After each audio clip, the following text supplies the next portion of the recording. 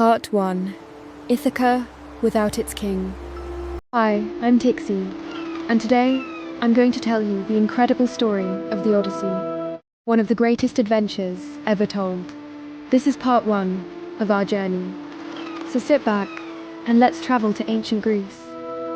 20 years have passed since King Odysseus sailed away to fight in the Trojan War, but he never returned home. His island kingdom of Ithaca has slowly fallen into chaos. Inside the royal palace, dozens of powerful nobles, known as the suitors, have moved in. They feast every day using the kingdom's food and wealth, while trying to force Queen Penelope to marry one of them. Whoever marries her will become the next king of Ithaca.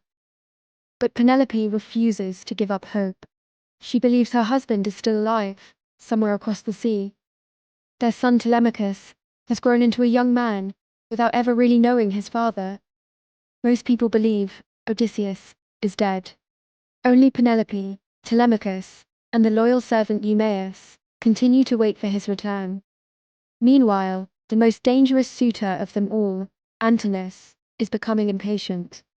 He wants the throne, and he is willing to kill anyone who stands in his way. Part 2. The search begins. Determined to learn the truth, Telemachus leaves Ithaca with his father's old friend and protector mentor. Together, they sail to the kingdom of Sparta to visit King Menelaus and Queen Helen. Menelaus fought beside Odysseus during the Trojan War. If anyone knows what happened to him, it would be the warriors who survived that terrible conflict. Menelaus tells Telemachus stories of his father's courage and unmatched intelligence. Helen also remembers the clever king who changed the course of the war forever. But neither of them knows where Odysseus is now. Whether he is alive or dead remains a mystery. Back in Ithaca, Antinous secretly gathers the other suitors. He plans to ambush Telemachus before he can return home. If the prince dies, nothing will stand between the suitors and the throne. Part 3. The Trojan Horse. To understand what happened to Odysseus, we have to go back many years to the end of the Trojan War. For 10 long years, the Greeks fought the mighty city of Troy. Neither side could claim victory. Then Odysseus came up with a brilliant idea.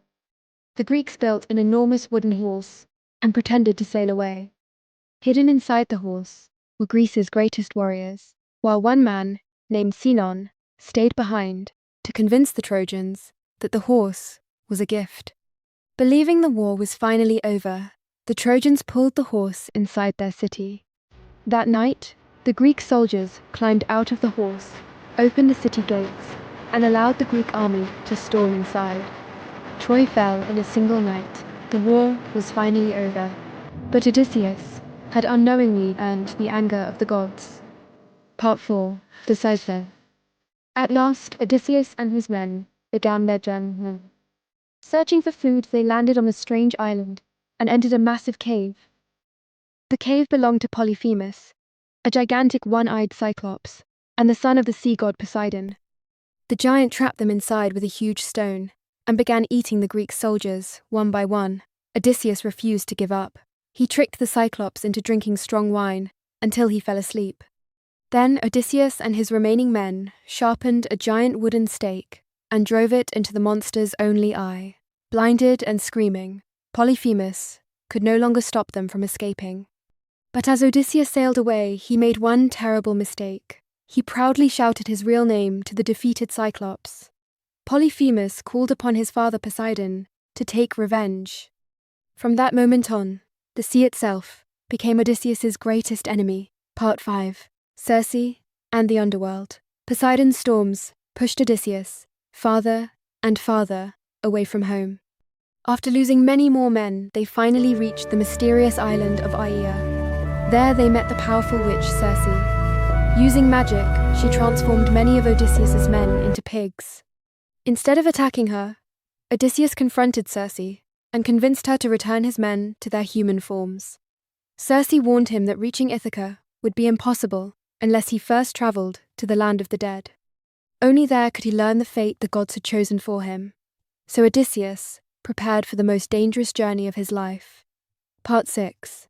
A Prophecy from the Dead. Odysseus crossed into the dark kingdom of Hades, where the spirits of the dead wandered forever. There he met the blind prophet Tiresias. The prophet revealed a terrifying truth. The gods had decided that only Odysseus would return home alive. Every one of his remaining companions would eventually die before reaching Ithaca. Odysseus also met the spirits of fallen warriors from the Trojan War. They reminded him of the terrible cost of victory and warned him that even greater trials still lay ahead. When Odysseus finally left the underworld, he knew his journey was far from over. The dead had spoken, but the worst monsters were still waiting beyond the sea. Thank you for watching. In part 2 we will witness the Sirens, Scylla and Charybdis, the destruction of Odysseus' crew, his 7 years with Calypso, his long-awaited return to Ithaca and the legendary final battle that decides the fate of his kingdom. You will not want to miss it.